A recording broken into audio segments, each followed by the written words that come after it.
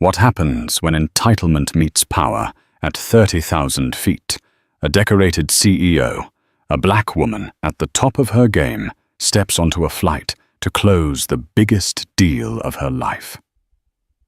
She walks towards her first-class seat, 1A, only to find it occupied by a white woman who refuses to move. The passenger's dismissive words, "Are you sure you're in the right cabin?" "Dear," ignite a firestorm. But this isn't just a story about a stolen seat. In less than a minute, a single phone call from the CEO doesn't just get the passenger removed, it gets the entire plane grounded, unraveling a web of karma that will destroy a man's career before the jet fuel even cools.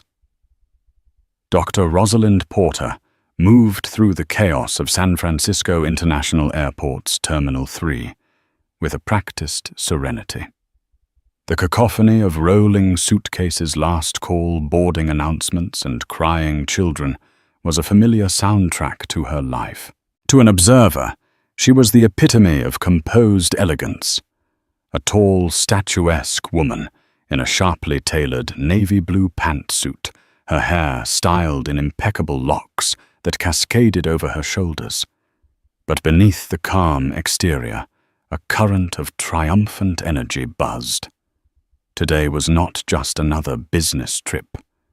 Today was the culmination of a decade of relentless work, of battling through boardrooms where she was often the only woman and almost always the only black person. Her biotech firm, Innovate Dynamics, a company she had built from a small lab in a garage into a powerhouse of genetic research, was on the cusp of a historic merger. The flight to JFK was the final leg of the journey. In New York, she would meet Robert Gallagher, the formidable CEO of Gallagher Capital, and sign the papers that would secure her company's future and her legacy. The deal was worth north of $500 million. Her phone vibrated. A text from her assistant, Jessica. "Mr. Tiros. Gallagher's office confirmed the car will be waiting at JFK. They're all set for the 10 a.m. pre-meeting tomorrow. Good luck, Dr. Porter. You've got this." Rosalind smiled, texting back a simple, "Thank you, Jessica. See you on the other side." She was flying first class, a necessity she'd long ago accepted for these grueling cross-country flights. Her seat was 1A, the bulkhead window seat that afforded the most privacy and space. She stepped onto the plane, gave the flight attendant a warm smile, and made her way down the hushed aisle. And then she saw them. In the two seats of row 1, 1A and 1B, were a middle-aged white couple. The man, balding with a florid face, was already engrossed in a financial newspaper.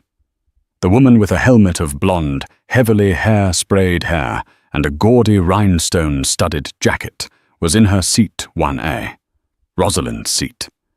The woman was loudly detailing a complaint about a hotel concierge to her husband, who grunted in response without looking up. Rosalind paused, checking her boarding pass again, just to be certain. There it was, clear as day, Dr. R. Porter, seat 1A. She approached with a polite smile. "Excuse me," she said, her voice calm and pleasant. "I believe you might be in my seat." The woman whose name tag on her designer purse read Carol looked up, her eyes scanning Rosalind from her expensive shoes to her professional attire. It was a slow, dismissive appraisal. A flicker of something annoyance, perhaps disbelief, crossed her face. "I don't think so," Carol Baxter said, her tone syrupy sweet, but laced with condescension. She didn't even glance at her own ticket. "I'm quite comfortable here." Rosalind's smile didn't waver, though the practiced calm was beginning to feel like a heavy cloak. "I understand, but my boarding pass says 1A. Perhaps you could just double-check yours." She held out her pass for the woman to see. Carol glanced at it for a fraction of a second, before waving a dismissive hand, the rhinestones on her jacket catching the cabin light. "Oh, these things get mixed up all the time," she said, turning to her husband. "Tom, can you believe this?" Tom Baxter lowered his paper just enough to peer over the top. He looked at Rosalind, then at his wife, and gave a non-committal shrug. "Just tell her to find another seat, honey. The flight attendants will sort it out." Carol turned back to Rosalind, her smile tightening into a smirk. "You heard him. Just find another empty seat. I'm sure there are plenty." Then she delivered the line that made the air in the cabin crackle. "Are you sure you're in the right cabin? Dear Economy is in the back." The words hung in the air, thick and poisonous. It wasn't a question. It was an assertion. An assumption based on nothing but the color of Rosalind's skin. The other first-class passengers, who were settling in, suddenly found their shoes or the safety manual intensely interesting. A quiet bubble of complicity was forming around the confrontation. Rosalind's internal engine of adrenaline and triumph sputtered, replaced by a cold, familiar weight. She had faced this 1,000 times in 1,000 different ways in venture capital meetings, at scientific conferences, in high-end restaurants. It was the soft bigotry of low expectations, the casual, cutting prejudice that aimed to put her back in a box she had shattered long ago. But Dr. Rosalind Porter hadn't built a $500 million company by backing down. She drew herself up to her full height, her serene expression hardening into one of polished steel. "There are no other empty seats," she stated, her voice losing its warmth and gaining a clipped executive edge. "And my ticket for this cabin and this specific seat is perfectly valid. I'm not asking you to move. I'm telling you." Carol's jaw dropped. The feigned sweetness vanished, replaced by a mask of pure indignation. "Well, I never. The nerve. I am not moving for you."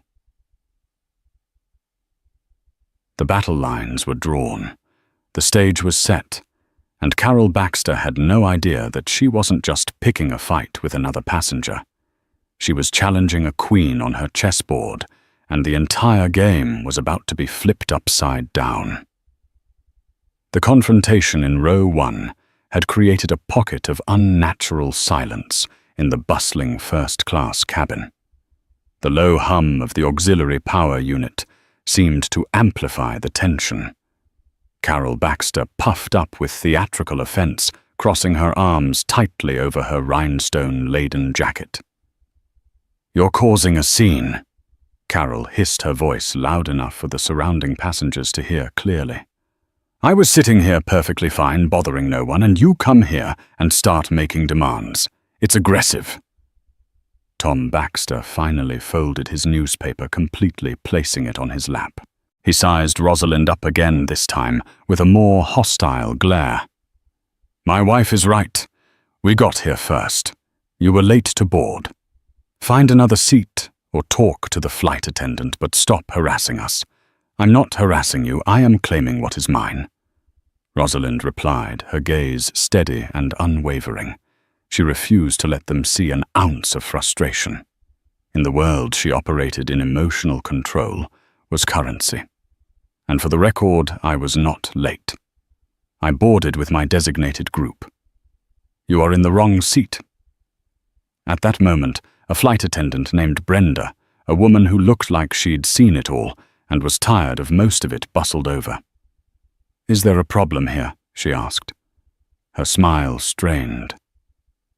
Carol immediately seized the opportunity to play the victim. "Oh, thank goodness this woman is harassing me. She's insisting this is her seat and is being very hostile. She's trying to force me to move." Brenda looked from Carol's flustered, indignant face to Rosalind's cool, composed one. It was a classic he said, she said scenario, and Brenda's training, or perhaps her desire for the path of least resistance, kicked in. "Ma'am," she said, addressing Rosalind, "could I please see your boarding pass?" Rosalind handed it over. Brenda glanced at it, then at the seat number. "Okay, it does say 1A. "And you, ma'am?" she asked Carol. Carol huffed, rummaging in her oversized purse before pulling out her own pass. "Mine says 1C. She admitted, her voice dropping slightly, "but that's the aisle, and I prefer the window. Tom has 1B. It's a simple mistake. This lady," she gestured at Rosalind, "could just take 1C. What's the big deal? We just want to get this flight in the air." Brenda's face softened with relief. "An easy solution." She turned back to Rosalind. "Ma'am, it seems there was just a little mix-up. Seat 1C is right here on the aisle. Would you mind just taking that seat so we can finish boarding and depart on time?" It was the question Rosalind had been expecting. The easy way out for everyone but her. The solution that required her to swallow the prejudice, to accept the disrespect, to validate the Baxters' boorish behavior for the convenience of the collective. And she was not going to do it. No, Rosalind said the single word, clear and final. It cut through the air with the sharpness of a scalpel. Brenda blinked, taken aback. "I'm sorry, I said no," Rosalind repeated, taking her boarding pass back from the flight attendant. "This isn't about a preference for a window or an aisle. This is about the principle of the matter." This passenger knew she was in the wrong seat. When I politely pointed it out, I was dismissed, insulted, and told I was in the wrong cabin. I paid for seat 1A. I have the ticket for seat 1A. I will be sitting in seat 1A. She then turned her gaze directly to Carol. "You will move. Now." Carol gasped, clutching her chest as if she'd been physically struck. "She's threatening me." "Brenda, did you hear that? She's threatening me. I'm starting to feel unsafe." Tom Baxter stood up, his bulk creating a physical barrier. "That's enough. You need to back off. My wife feels threatened. We want her removed from the flight."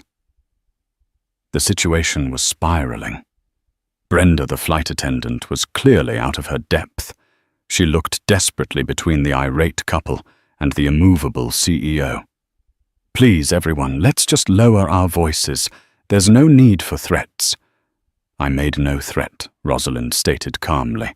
"I made a statement of fact. She is in my seat, and she will be moving." Other passengers were now openly staring, some murmuring to each other. A man in the row behind them grumbled, "For God's sake, just take the other seat. We're all going to be late." This was the critical moment.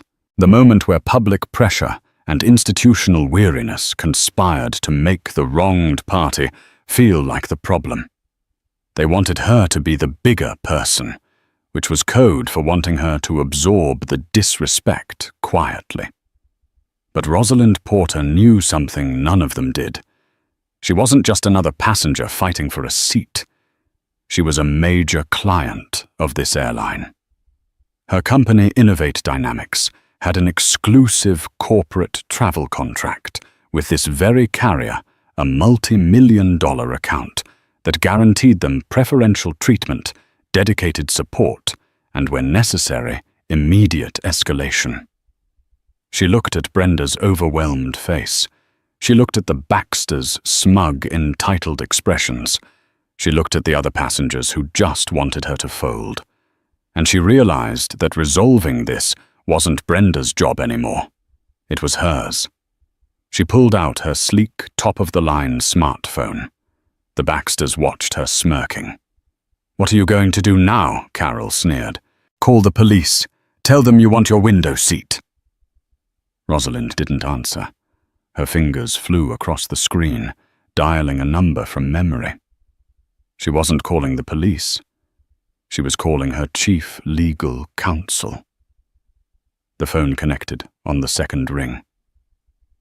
"Daniel, it's Rosalind," she said, her voice dropping to a low, serious tone that commanded attention. "I'm on flight 212 SFO to JFK. "We have an issue."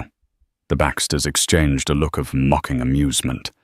But on the flight deck and in a corporate office miles away, a chain of events had just been set in motion that would bring the 777 to a grinding halt.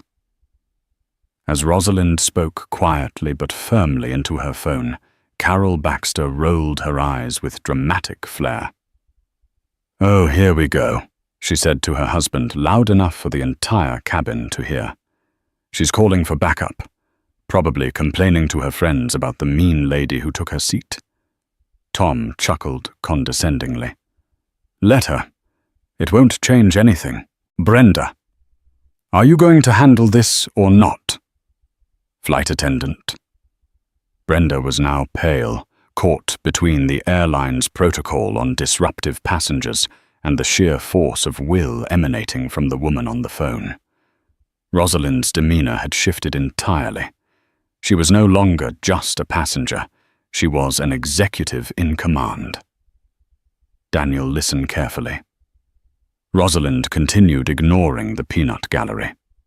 "I'm invoking Section 4, Paragraph B of our corporate travel agreement with United, the clause regarding crew non-compliance and passenger safety. I have a passenger refusing to vacate my assigned seat and a crew member who is failing to enforce the carrier's own regulations. I am officially declaring this an unresolved security and service failure." On the other end of the line, Daniel, a man paid handsomely to understand the intricate details of such contracts, knew exactly what this meant. It was the nuclear option, a clause rarely if ever used. It wasn't just a complaint. It was a formal notice of breach. "I need you to contact our corporate liaison at the airline, Mark Jeffries. Inform him that the CEO of Innovate Dynamics is on Flight 212 at SFO and has invoked the clause. Have him get the head of ground operations and the captain of this flight on the phone immediately. I want this aircraft held at the gate until a corporate representative is on board to resolve this." She paused. "And Daniel, make sure they understand the potential financial and legal ramifications if they fail to act." She ended the call. The silence that followed was different. The Baxters' smugness began to curdle into confusion. The language she had used, clauses, corporate liaisons, carrier regulations, didn't fit their narrative of an overly sensitive woman making a fuss. Brenda, the flight attendant, looked terrified. She had heard enough to know this was far above her pay grade. She quickly scurried towards the front of the plane, disappearing into the galley, and likely heading for the cockpit. What was that all about? Tom asked, his blustering tone now tinged with a note of uncertainty. "What kind of nonsense were you spouting?" Rosalind didn't deign to answer him. She simply stood her ground, her posture relaxed but resolute. She had set the pieces in motion. Now she would wait for the board to react. Less than 90 seconds later, the head purser, a distinguished-looking man named Michael with silvering temples and a crisp uniform, emerged from the front. He wasn't walking. He was striding with purpose. He completely bypassed the Baxters and addressed Rosalind directly, his expression one of grave seriousness. "Dr. Porter," he asked, his voice respectful. The use of her title was the first public sign that the tide was turning. Carol's eyes widened. Tom's mouth hung slightly agape. "Yes," Rosalind replied. "I am Michael, the cabin purser. I apologize sincerely for the situation you have encountered. I have just been made aware of it by Captain O'Connell. Please allow me a moment to rectify this." He then turned to the Baxters. The friendly customer service demeanor was gone, replaced by an air of unassailable authority. "Sir, ma'am," he began, his voice hard as ice. I have both of your boarding passes here scanned from the gate. You are assigned to seats 1B and 1C. You are currently in 1A. You have been asked by a fellow passenger and by a member of my crew to move to your correct seat, and you have refused. Is that correct? Carol, flustered by the sudden shift in power, stammered. Well, she was being rude, and Michael cut her off. Is it correct that you are knowingly occupying a seat not assigned to you and have refused to vacate it? We were just... Tom started, but Michael's glare silenced him. It's a simple question. Yes or no? Tom finally mumbled. Yes. Thank you, Michael said curtly. Under the Federal Aviation Administration regulations and company policy, failure to comply with crew member instructions is a serious offense. I am now instructing you as the lead crew member on this aircraft to move to your assigned seats immediately. Carol's face turned a blotchy red. The public humiliation was beginning to sink in. Being dressed down in front of the entire first-class cabin was not part of her plan. She stood up reluctantly, grabbing her purse. Fine. There's no need to be so dramatic about it. She shuffled past Rosalind, purposefully, bumping her shoulder, and plopped into seat 1C. Tom followed his face a mask of thunderous anger. They thought it was over. They thought they had lost the battle for the seat, but that would be the end of it. They were wrong. Just as Rosalind was about to finally take her seat, the captain's voice came over the intercom. It was not the usual cheerful welcome. Ladies and gentlemen, this is Captain O'Connell speaking from the flight deck. We apologize for the delay. We are currently experiencing a security issue on board that requires the attention of ground personnel. For the safety and security of all passengers, we will be holding our position at the gate. Everyone is to remain in their seats until further notice. Cabin crew, please prepare for the aircraft to be powered down.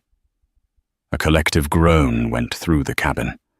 The jet bridge, which had just begun to pull away, stopped and reconnected to the aircraft door with a solid thud. The low hum of the engines spooled down into an eerie silence. The flight was officially grounded. Carol Baxter stared in disbelief, first at the cabin door, then at Rosalind. The smirk was gone, replaced by a dawning horror. This wasn't just about a seat anymore. This was about that phone call. Rosalind calmly placed her carry-on in the overhead bin above seat 1A, and finally sat down. She looked out the window, a picture of tranquility amidst the rising chaos. She hadn't raised her voice. She hadn't hurled an insult. She had simply used the power she had spent a lifetime building. And the consequences were only just beginning. The atmosphere inside the grounded aircraft shifted from impatient to anxious. The cabin lights flickered and then returned to full brightness as the plane reconnected to shore power. Passengers began to murmur, pulling out their phones to text loved ones about the unexpected delay. All eyes were darting between the Baxters, now stewing in their correct seats, and Rosalind, who appeared as unbothered as if she were reading a book in her own library. Carol Baxter could no longer contain her fury. She unbuckled her seatbelt and leaned across her husband into the aisle. Her voice a venomous stage whisper. "Are you happy now?" she seethed at Rosalind. "You got your precious seat. And now you've made us all late. You and your little power trip, making that ridiculous phone call. They're probably going to search the whole plane for bombs because you couldn't handle a simple misunderstanding." Rosalind turned her head slowly, her expression unreadable. Firstly, she said, her voice low and even, "Buckle your seatbelt." The captain gave an instruction for everyone to remain seated. Secondly, this is not a misunderstanding. It is a consequence. Your actions have them. Before Carol could retort, the aircraft door opened again. This time, it wasn't a late boarding passenger. 3 figures stepped into the cabin, 2 uniformed airport security officers and a man in a sharp, dark suit holding a tablet. The man in the suit was Mark Jeffries, the airline's corporate account liaison, the very man Rosalind had instructed her lawyer to contact. He was not smiling. He walked straight past row 1, his eyes briefly meeting Rosalind's, with a subtle nod of acknowledgement. He conferred quietly with Michael the purser, who pointed discreetly towards the Baxters. Mark Jeffries and the 2 officers then turned and walked back to the first row. They stopped directly in front of Tom and Carol. Mr. and Mrs. Baxter Jeffries asked, his tone devoid of any warmth. Tom grunted. "What is it now? I am Mark Jeffries, the Director of Corporate Client Relations for this airline. I've been called here to address a severe service and security incident reported on this flight. We have a statement from the cabin crew corroborated by multiple passengers that you refuse to comply with federal regulations and crew instructions, and that you verbally harassed another passenger." Carol scoffed. "She harassed us. We were the victims here." Jeffries didn't even look at her. His focus was on his tablet. "Our records also show that the passenger in question, Dr. Rosalind Porter, is the CEO of Innovate Dynamics." He paused, letting the name hang in the air for a moment. "Innovate Dynamics is one of our most valued premier corporate partners. They spend over $3 million a year on this airline. Their corporate contract gives them, and specifically their executive leadership, certain guarantees of service and security. Guarantees which you, by your behavior, have forced us to breach." The color drained from Tom Baxter's face. The name Innovate Dynamics had struck a chord. He was a portfolio manager at a mid-level venture capital firm, and the name was everywhere in the biotech news lately. But he couldn't quite place the significance. Jeffries continued, his voice cold and clinical. "Due to your disruptive and non-compliant behavior, which has been deemed a security risk by the captain and the company, your contract of carriage with this airline is hereby terminated. For this flight and for all future flights, you are being placed on our permanent no-fly list. The officers will now escort you off the aircraft. Your luggage is already being removed from the hold." It was a corporate execution. Swift, brutal, and public. Carol's jaw worked, but no sound came out.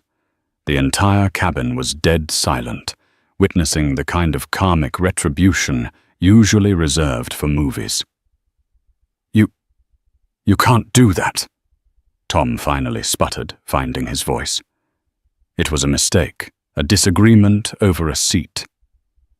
You're kicking us off the plane for that.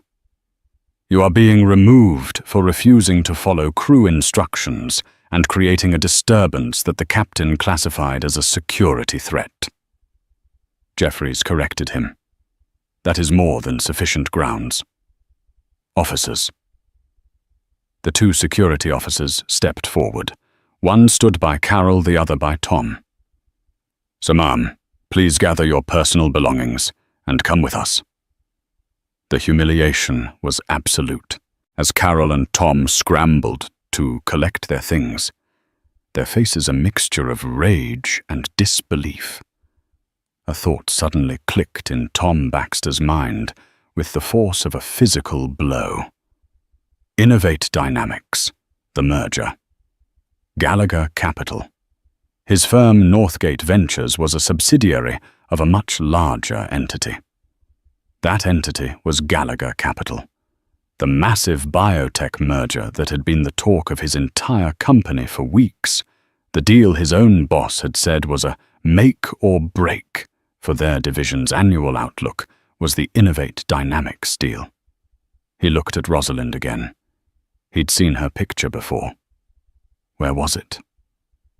At the airport Hudson News on the cover of Forbes magazine, under the headline, "The Visionary." How Rosalind Porter is redefining biotech. His blood ran cold.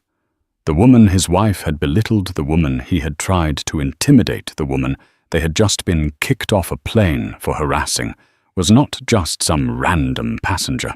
She was the key figure in the most important financial transaction his parent company was involved in all year. She was flying to New York to meet his ultimate boss's boss, Robert Gallagher. He felt a wave of nausea. This was no longer about a ruined vacation or being banned from an airline. This was about his career, his life. As the officer gently but firmly guided him into the aisle, Tom looked at Rosalind, his eyes wide with panic and a dawning, sickening understanding. "Dr. Porter," he croaked, his voice barely a whisper. I'm so sorry. I didn't realize." Rosalind met his gaze, her expression unchanged. She gave a single, almost imperceptible nod. It wasn't a nod of forgiveness. It was a nod of finality. He had made his choice, and now the full consequences were coming for him. The walk of shame for Tom and Carol Baxter was excruciatingly slow. Every eye in the first class and business cabins followed them as they were escorted down the aisle by the unsmiling security officers. The whispers started immediately, a ripple of schadenfreude and astonishment. Carol, trying to maintain a shred of dignity, held her head high, but her burning red face betrayed her humiliation. Tom, however, looked like a man walking to the gallows. His mind was racing, replaying every condescending word, every dismissive gesture. "Are you sure you're in the right cabin, dear? Stop harassing us. She's threatening me." He had not just been rude. He had been a willing accomplice to his wife's bigotry, and he had done it to Dr. Rosalind Porter, the woman whose name was probably on a glowing prospectus sitting on his own boss's desk at that very moment. He risked a final desperate glance back at her. She had already retrieved a sleek tablet from her briefcase and was tapping away her focus entirely on her work, as if the entire drama had been a minor, now resolved inconvenience. She hadn't even given them a parting glance. To her, they were already gone. Once they were off the plane, the aircraft door was sealed. Mark Jeffries, the corporate liaison, walked back to Rosalind's seat. "Dr. Porter, on behalf of the entire airline, I want to offer my most profound apologies for what you experienced today," he said, his voice sincere. "This is not the standard of service we promise, especially to our most valued partners. We will be conducting a full internal review of the initial crew response." "Thank you, Mark," Rosalind said, looking up from her tablet. "I appreciate the swift resolution. Of course, we have already credited 100,000 miles to your corporate account as a gesture of goodwill. And please, anything you need for the duration of your flight, anything at all, you let Michael know and it will be taken care of. That's very kind. All I require now is an on-time arrival at JFK." She replied coolly. "Understood." He nodded to her and then addressed the cabin. "My apologies for the delay, everyone. We will be underway shortly." He then disappeared toward the cockpit. A moment later, Captain O'Connell's voice returned this time with its customary warmth. "Well, folks, it appears our little security issue has been resolved. We thank you for your patience. Cabin crew, please prepare for immediate departure." The engine spooled back to life with a powerful roar. As the plane finally pushed back from the gate, a sense of normalcy returned, but the lesson lingered in the air. The man in the row behind Rosalind, the one who had grumbled for her to just take the other seat, now looked thoroughly chastened. He, like everyone else, had witnessed a masterclass in wielding power with quiet precision. Meanwhile, in the terminal, the Baxters' ordeal was far from over. They were led to a sterile back office where they were met by an airline manager who impassively explained the terms of their no-fly ban and handed them paperwork for claiming their checked luggage, which was currently sitting on a baggage cart on the tarmac. Carol was in a full-blown meltdown. "This is outrageous. I'm going to sue. I'm going to post this all over social media. Everyone will know how this airline treats its customers. We have rights." Tom wasn't listening. He was frantically scrolling through his phone, his hands shaking. He pulled up his company's internal directory, then clicked on the parent company's link. He navigated to the executive leadership page for Gallagher Capital. There he was, Robert Gallagher, CEO, and right below the announcement of the pending merger with Innovate Dynamics, complete with a smiling professional photograph of its founder and CEO, Dr. Rosalind Porter. He felt the floor drop out from beneath him. "Carol." "Be quiet," he said, his voice strained. "I will not be quiet. They can't do this to us." "Carol, shut up." He finally snapped, his voice cracking with desperation. "Just shut up. You have no idea what you've just done." He sank into a hard plastic chair, putting his head in his hands. He thought about his job at Northgate Ventures. He thought about his upcoming performance review. He thought about the immense pressure from the top brass at Gallagher to ensure every aspect of their operations supported this monumental merger. His division was only peripherally involved, handling some of the market analysis, but everyone knew the Innovate Dynamics deal was Robert Gallagher's legacy project. And Tom Baxter had just allowed his wife to tell the architect of that deal that she didn't belong in first class. He hadn't just stood behind, he had actively participated in her humiliation. He imagined the story getting back to Robert Gallagher. It wouldn't just be a story about a rude passenger. It would be about a senior employee of his own company's subsidiary creating a hostile, racially charged environment for a key business partner on the eve of a $500 million deal. It was a catastrophic, career-ending failure of judgment. Up in the air, as the plane climbed towards its cruising altitude, Rosalind took a sip of the sparkling water the purser had brought her. She looked out the window at the sprawling cityscape of San Francisco shrinking below. She felt no joy in the Baxters' public removal, only a grim satisfaction that a boundary had been enforced. The incident was a distraction, an ugly but necessary detour. Now her focus was back where it belonged, on the numbers, the projections, the final talking points for her meeting with Gallagher. The real battle wasn't in row 1 of an airplane. It was in the boardrooms of New York. And she was flying into it, leaving the wreckage of one small, ugly skirmish far behind her. Or so she thought. The tendrils of that confrontation were already reaching ahead, promising to make her arrival in New York far more eventful than she could have imagined. As Flight 212 sped eastward through the night, Rosalind worked her focus absolute. She reviewed quarterly reports, annotated legal documents on her tablet, and sent a volley of encrypted emails to her team. She had compartmentalized the incident with the Baxters filing it away as resolved.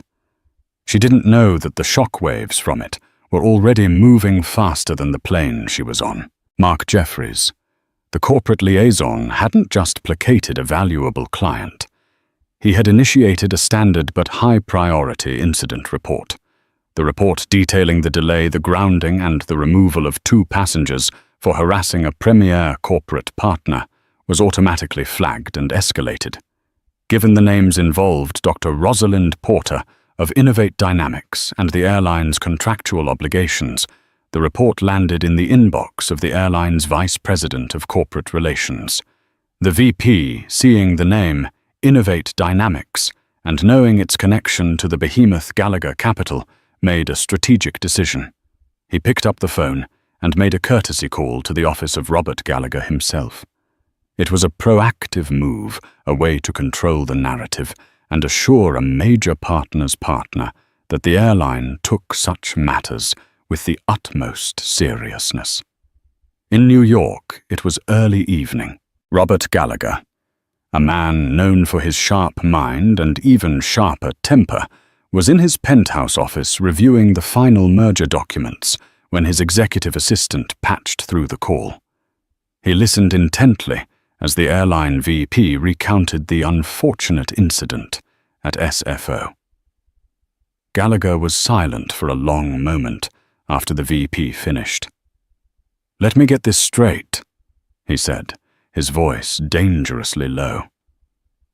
"The CEO of the company we are about to acquire was racially profiled, denied her paid-for seat, and harassed to the point where she had to invoke a corporate security clause in your contract.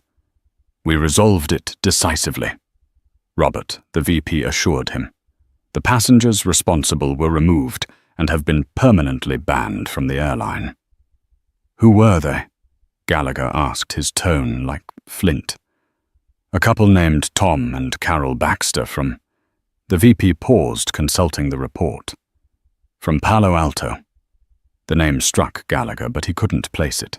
He was a man who managed a global empire. He didn't know the names of every mid-level employee in his vast network of subsidiaries.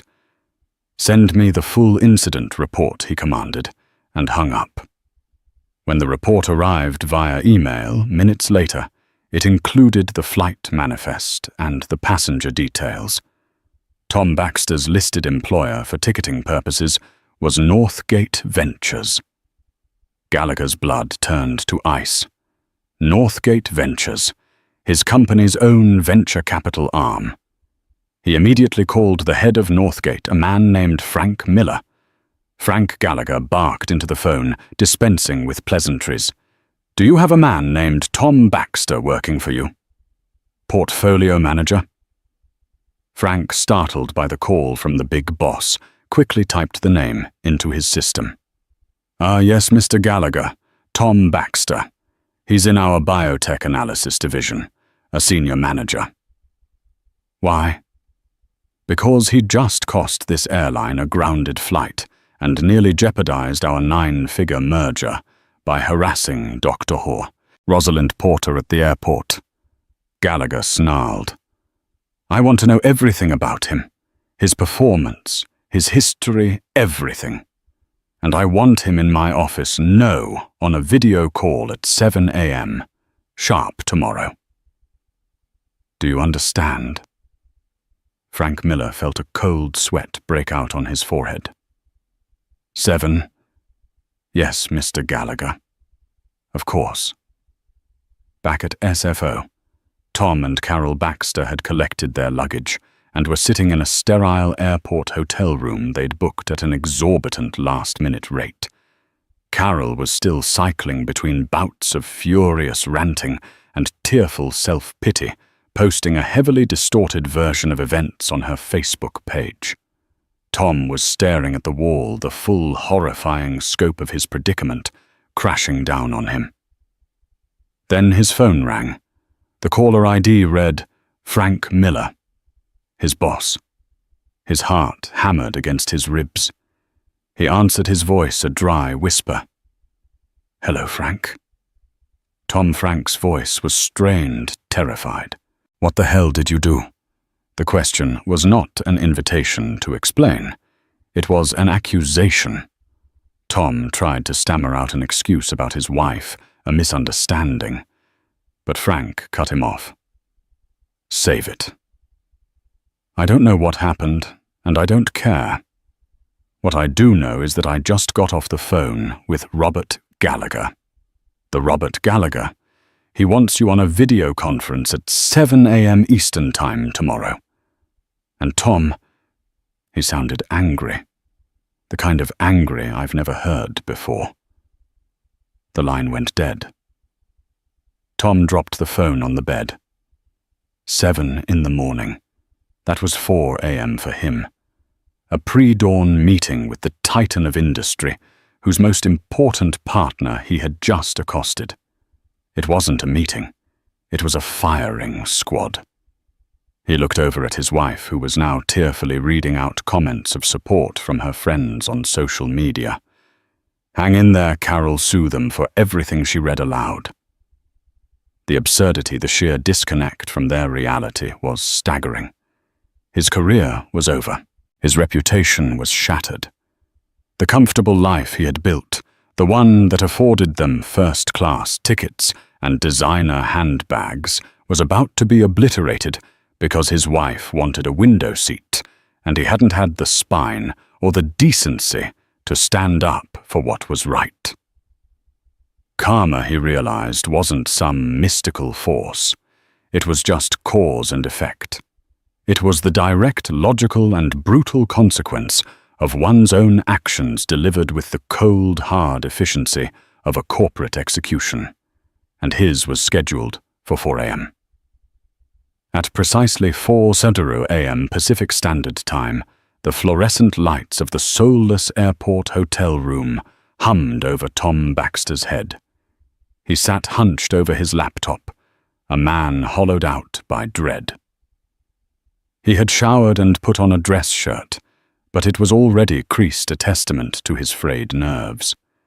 In the bed behind him, Carol slept her soft snores, a maddening counterpoint to the silent scream in his own mind. The video call connected. Robert Gallagher's face materialized on the screen, sharp and clear. He was in what appeared to be a magnificent home library, shelves of leather-bound books rising behind him. He held a delicate porcelain coffee cup, but his eyes were chips of ice. To his side in another window was Frank Miller, Tom's direct boss, whose face was a ghostly white mask of pure terror. Mr. Baxter Gallagher began. His voice was not loud, but it filled the room, a low thrum of absolute authority. I have been awake for several hours. I have read the airline's full incident report. I have read your complete employee file from Northgate. I have spoken at length with the airline's executive leadership, and I have familiarized myself with the social media posts made by your wife last night. Now I am giving you one opportunity to explain to me in your own words what possessed you to jeopardize a 9-figure deal for this company. Tom's throat was sandpaper. He opened his mouth and the pathetic excuses he'd rehearsed tumbled out. Mr. Gallagher, sir, it was a profound misunderstanding. We'd had a long day, the stress of travel. My wife, she was confused about the seating and she felt... Gallagher held up a hand, and Tom's words died in his throat. Stop, Gallagher commanded. Do not insult my intelligence with talk of stress and confusion. I have a team of analysts in Mumbai who work 16-hour shifts under immense pressure without making a single error that could cost us $500 million. You were on your way to what I assume was a vacation. Your stress is an indulgence I cannot afford. He leaned closer to the camera. Let's speak of facts, shall we? Fact. Your wife occupied a seat she did not pay for. Fact. When politely asked to move by the legitimate ticket holder, Dr. Porter, she refused. Fact. Your wife then made a comment suggesting Dr. Porter did not belong in the first-class cabin. A comment I can only interpret as being racially motivated. And fact you, Mr. Baxter, a senior manager at a subsidiary of my company, actively supported this behavior, You told Dr. Porter to stop harassing your wife. You stood up to intimidate her. These are not the actions of a confused man. These are the actions of an arrogant, prejudiced fool. Every word was a nail being hammered into Tom's professional coffin. Frank Miller looked like he was about to be physically ill. Mr. Gallagher. I am so deeply, profoundly sorry, Tom whispered, his facade crumbling completely. I had no idea who she was. I made a terrible, terrible mistake. And that Gallagher said, pouncing on the words is the most damning confession of all. You had no idea who she was. This reveals everything. It tells me your standard of behavior is conditional. It means you will treat people with decency only when you perceive them to be important or powerful. It tells me that your default setting is to look at a successful black woman and assume she is out of place. That is not a mistake, Mr. Baxter. That is a character flaw. It is a flaw that demonstrates a catastrophic lack of judgment, and judgment is the only real commodity we trade in. You represent a risk I would not take on a penny stock, let alone a senior role in my organization. Gallagher set his cup down with a decisive click. Frank, he said, his eyes flicking to the other window. Yes, Mr. Gallagher, Frank stammered. Mr. Baxter's employment at Northgate Ventures is terminated. This call will serve as his official notice. His access to all company systems is to be revoked within the minute. You will process his severance according to the bare minimum stipulated by California law. Furthermore, you will immediately engage an outside firm to conduct a mandatory top-to-bottom diversity, equity, and inclusion audit and training program for your entire division. I want the report on my desk in 60 days. Clearly, your house is not in order. Yes, sir. Absolutely, Mr. Gallagher. Gallagher's cold gaze returned to Tom one last time. You have not only embarrassed yourself, you have embarrassed this company. You have demonstrated that you are unfit for the responsibility you were given. In this industry, reputation is everything. Yours is now worthless, and I will personally ensure that my peers at every other respectable firm are aware of the liability you represent. Goodbye, Mr. Baxter. The screen went black. Tom stared at the blank screen for a full minute before the weight of it all crushed him. He slumped forward, his head hitting the cheap laminate desk with a dull thud. His career, his future, his entire identity erased in less than 5 minutes. The noise woke Carol. She sat up, rubbing her eyes. Tom, what's going on? It's the middle of the night. She saw his posture, the utter despair. What's wrong? Before he could answer, her phone buzzed on the nightstand. She picked it up, her face lighting up. Oh, look. My post about that awful airline has over 200 likes. My friend Susan says we should sue for emotional distress. Tom lifted his head. His eyes were red-rimmed and hollow. They fired me, Carol. Who fired you? My company. Gallagher. The man whose company is buying Dr. Porter's company. That was him on the call. He fired me. Carol's smile vanished. They can't do that. It wasn't your fault. It was a mix-up. It wasn't a mix-up. Tom finally roared, his voice raw with anguish. You stole a woman's seat, you insulted her, and I backed you up.